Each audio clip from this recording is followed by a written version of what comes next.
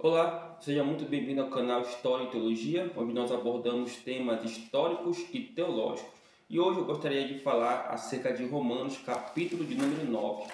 Vamos ler aqui em Romanos 9, versículo 6. Diz assim: E não pensemos que a palavra de Deus haja falhado, porque nem todos os de Israel são de fato israelitas, nem por serem descendentes de Abraão são todos seus filhos, mas em Isaque será chamada a tua descendência. Isto é, estes filhos de Deus não são propriamente os da carne, mas devem ser considerados como descendência os filhos da promessa. Porque a palavra da promessa é esta: por este tempo virei e Sara terá um filho.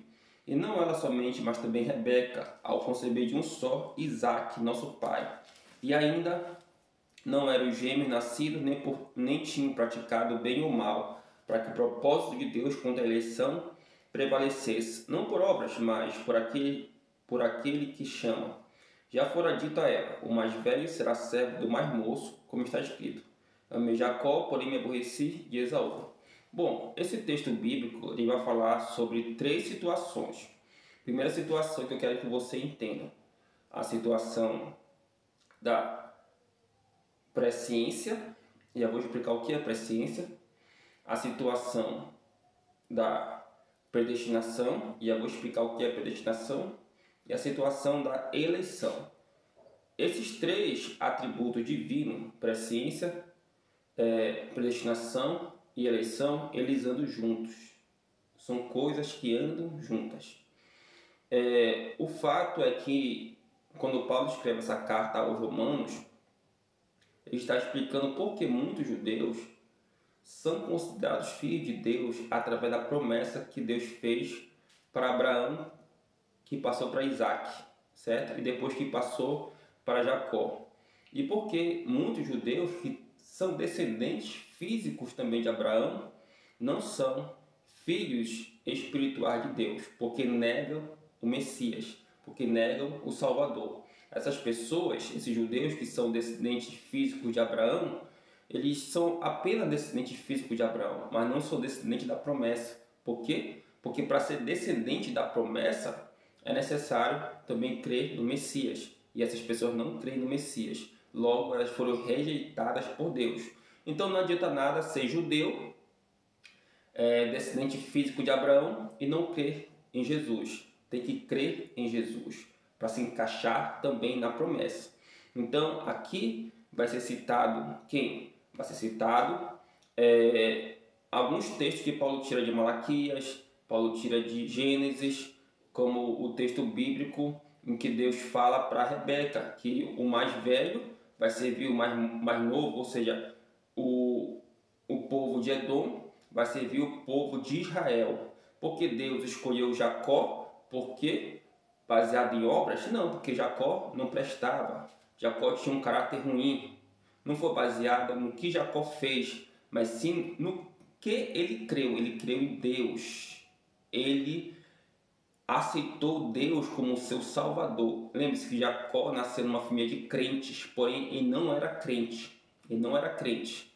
Depois que Deus apareceu para ele lá em Betel, o nome da cidade era Luz, depois ele deu o nome de Betel. Ele teve aquela visão dos anjos subindo e descendo, certo? Em uma escada do céu para a terra. Ele fez um propósito com Deus, um voto com Deus, mas Deus não era Deus ainda de Jacó. Depois de muito tempo, mais de 20 anos depois, foi que Deus virou o Deus de Jacó, e Deus mudou o nome de Jacó e colocou Israel.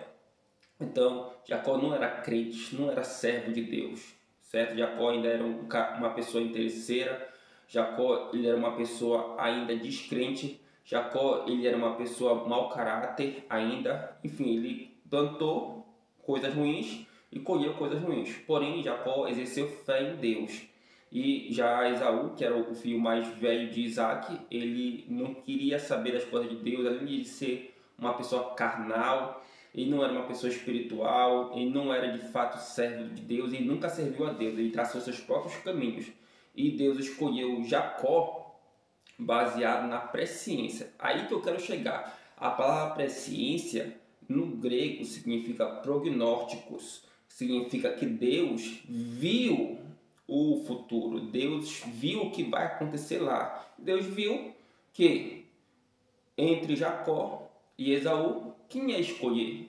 Quem iria escolher Deus? No sentido de fé, não no sentido de obras. Jacó. Jacó, ele tomou uma decisão por aceitar Deus como seu Salvador e Esaú não. Então Deus viu que Jacó aceitou ele como seu Deus, o seu Salvador, e Esaú apenas ele aborreceu a Deus. Se eu aborreço a Deus, então devo me aborrecer. Se eu nego a Deus, então devo me negar. Entendeu a situação? Então Deus pega o exemplo dos dois irmãos, Jacó e Esaú, e compara com os judeus que aceitaram Jesus e os judeus que negaram Jesus. Por isso que nem todos os judeus, certo, são de fato filhos da promessa, porque só quem é filho da promessa são aqueles judeus que aceitaram Jesus como Salvador. Isso também vale para cristãos ou pessoas que não são judias. Não adianta nada eu dizer eu sou cristão, mas eu nego Jesus com as minhas obras. Eu nego Jesus com a minha fé. Então eu não sou cristão de verdade. E se eu sou cristão de verdade, se eu aceitar Jesus e ver uma vida para Jesus Cristo, correto? Então, você entendeu o que significa presciência? Deus já sabe o que vai acontecer lá e Deus escolhe baseado na nossa fé, certo? Então Deus sabe muito bem quem vai perseverar e quem não vai perseverar. E a predestinação, a palavra predestinação do grego proorizo, certo? Significa conhecer de antemão, ou seja, Deus já conheceu, Deus já traçou, certo? O destino daquela pessoa. E por Deus traçar o destino daquela pessoa, ele apenas estabeleceu que aquela pessoa será salva. Não porque ele quis assim, é porque nós fizemos uma escolha. Fizemos aquela escolha. Então Deus ele não vai traçar um destino, selar um destino, sem antes aquela pessoa decidir pela fé que ele aceita, certo? O indivíduo aceita Deus como seu Salvador. E a eleição é quando Deus ele escolhe alguém. Ele escolhe alguém. A eleição pode estar baseada tanto na salvação ou por algum propósito. Se você for ler Romanos 9, você vai ler sobre Faraó. Deus escolheu Faraó para quê? Para que o nome de Deus viesse a ser glorificado na terra. Ora, se o povo de Israel sai com facilidade do Egito, o que aconteceu? O povo de Canaã não ia ter medo de Israel. Não. O povo de Canaã não ia ter medo de Israel. Então foi necessário passar por todo aquele processo de pragas. E quando chega na última praga, o filho de Faraó morre. O anjo da morte, ou o anjo destruidor, mata o filho de Faraó. E ali sai o povo de Israel, o mar se abre, o exército de Faraó é fuzilado, é morto, certo? O mar se fecha e o exército de Faraó cai por terra. E os cananeus ficam sabendo que um povo que era escravo do Egito há mais de 400 anos é libertado do Egito por uma mão poderosa do seu Deus. Então o nome de Deus foi glorificado em Faraó. Foi por isso que Deus não matou Faraó, certo? De primeira. Então você vê que esses exemplos que eu dei mostram como Deus ele salva o indivíduo. Romanos 9 está falando disso. Que muitos judeus podem ser até judeus, mas se não exercerem fé em Deus, então não adianta nada ser judeu de sangue. Tem que ser também judeu espiritual, tem que crer no Messias. O que salva não é a minha raça, a minha cor de pele. O que vai me salvar, sabe o que é? É a minha fé em Jesus Cristo. Eu posso até ser judeu, mas se eu não tiver fé no Messias, isso não vai adiantar de nada, certo? Não vai adiantar de nada. Por isso que nem todos em Israel, como Paulo fala, são de fato judeus, são de fato israelitas. Mas todo aquele que exerce fé em Jesus, esse é judeu de verdade. Amém? Que você possa compartilhar este vídeo e também que você possa se inscrever no canal História e Teologia, certo?